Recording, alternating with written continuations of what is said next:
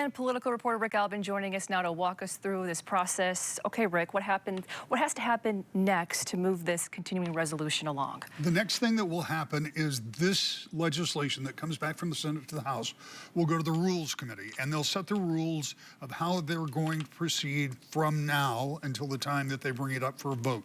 So what will happen is they'll take a look at it, they'll decide, there'll be discussion, and then the next step would be get it out of the Rules Committee, get it onto the floor, and get a vote on it. Now, that's simplified because you got to make sure that everybody's on the same page.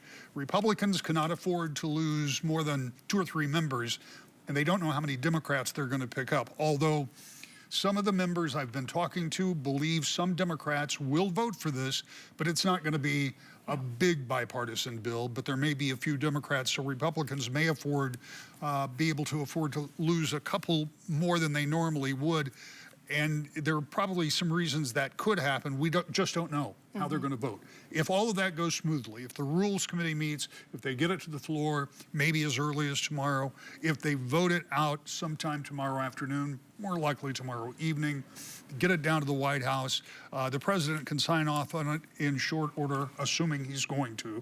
And if there aren't any major changes, I think he's already indicated he would. And then that would signal time that the government can start gearing back up and getting back into full motion.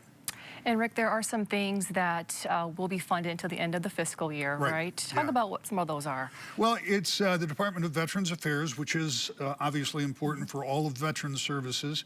It's also the legislative budget appropriation, and that takes care of everything under the dome in the Capitol Police, Library of Congress, GAO, a number of things that take place with there, as well as keeping the legislature running. And then perhaps most important, or at least that the focus has been on the agriculture budget. It's important because it helps support agriculture across the nation, but it also, as people know, is in charge of all of the nutrition programs that people use from coast to coast, whether it's WIC, whether it's SNAP, all of those go through the Agriculture Department.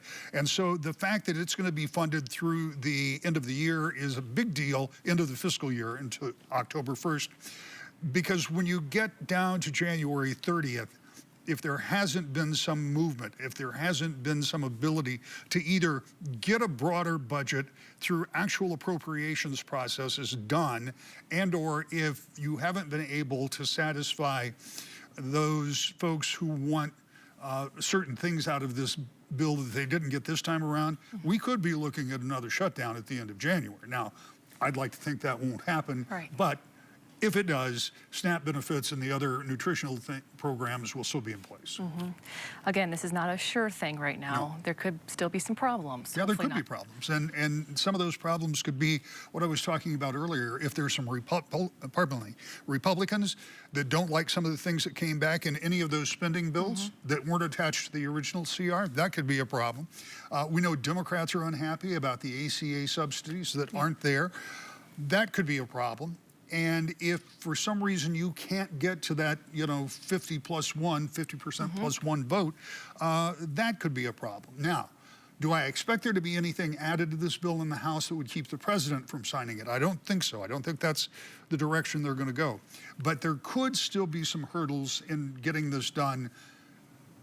But I have a belief that this is pretty much a done deal, and I think that the Speaker Johnson believes he has the votes. All right, Rick Albin on standby. Thank you so much. Appreciate it.